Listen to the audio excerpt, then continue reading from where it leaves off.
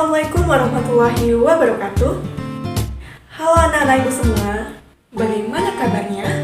Semoga dalam keadaan sehat selalu ya. Dan jangan lupa untuk selalu mengikuti protokol kesehatan agar kita terhindar dari COVID-19.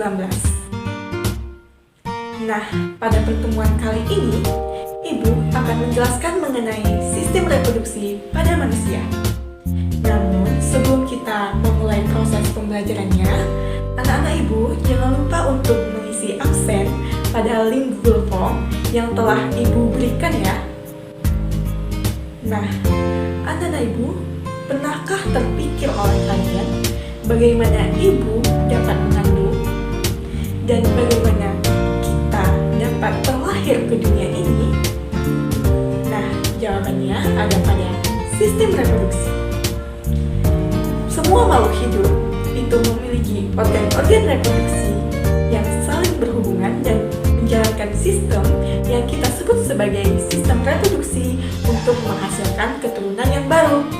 Nah, penasaran kan dengan kelanjutannya? Yuk kita pelajari bersama. Nah, pada materi sistem reproduksi, Ibu membagi menjadi 2 video. Pertama, video tentang sistem reproduksi pada pria, dan yang kedua, sistem reproduksi pada wanita. Nah, pada video ini Ibu akan menjelaskan sistem reproduksi pada pria. Adapun tujuan pembelajaran kita pada hari ini adalah: pertama, siswa dapat merincikan organ-organ penyusun sistem reproduksi pada pria.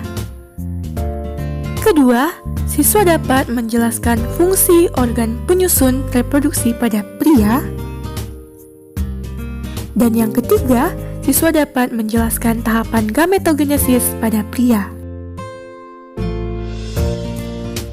Sistem reproduksi pada manusia terbagi menjadi 2, yaitu sistem reproduksi pria dan sistem reproduksi wanita. Pertama-tama, kita akan membahas sistem reproduksi pria. Sistem reproduksi pria itu meliputi organ reproduksi pria, spermatogenesis, dan hormon reproduksi pria.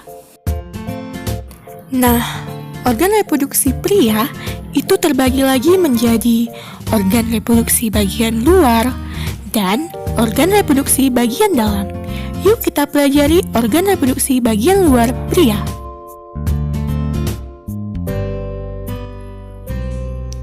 Organ reproduksi bagian luar pria terdiri dari penis dan skrotum. Penis berfungsi sebagai organ kopulasi atau persetubuhan, dan skrotum berfungsi sebagai kantong pelindung testis dan menjaga suhu testis. Lalu, organ reproduksi bagian dalam pria terdiri dari testis dan saluran reproduksi yang terdiri dari epididymis, vas deferens, dan uretra. Kemudian, kelenjar aksesoris yang terdiri dari vesicula seminalis, kelenjar prostat, dan kelenjar Koppers. Nah, testis itu merupakan sepasang kelenjar tempat terjadinya spermatogenesis yang menghasilkan sel sperma dan hormon testosteron. Lalu epididymis merupakan saluran tempat penyimpanan sperma sementara hingga matang. Dan vas deferens merupakan saluran penyaluran sperma dari epididymis menuju vesicula seminalis. Kemudian uretra merupakan saluran akhir pengeluaran sperma dan urin. Nah, sperma yang telah matang akan disalurkan oleh vas deferens menuju vesicula seminalis. Disinilah sperma akan ditampung sebelum dikeluarkan.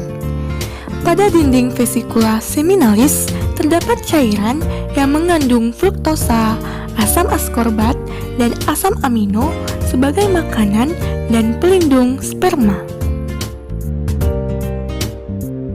Selanjutnya, kelenjar prostat berada pada bagian bawah kantung kemih yang menghasilkan cairan basah berwarna putih susu untuk kehidupan sperma. Lalu ada kelenjar koper yang menghasilkan cairan kental yang dialirkan menuju uretra. Lalu, bagaimana dengan proses pembentukan sperma? Proses pembentukan sperma disebut dengan spermatogenesis. Spermatogenesis terjadi pada testis, tepatnya pada tubulus seminiferus. Adapun tahapannya yaitu sel induk sperma atau spermatogonium akan melakukan mitosis dihasilkan spermatosit primer. Kemudian spermatosit primer akan bermeiosis 1 menghasilkan spermatosit sekunder. Spermatosit sekunder akan melakukan meiosis 2 dan dihasilkan spermatid yang akan berdiferensiasi menjadi sel sperma.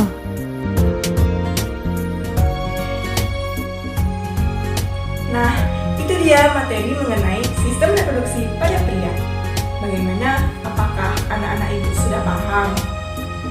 Jika masih belum paham, silakan putar kembali videonya dan pelajari juga referensi-referensi lainnya.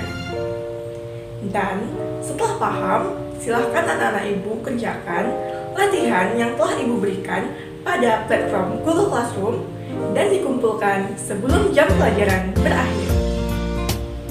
Oke, cukup sekian video kali ini. Anak-anak ibu tetap semangat belajar dan sampai jumpa pada video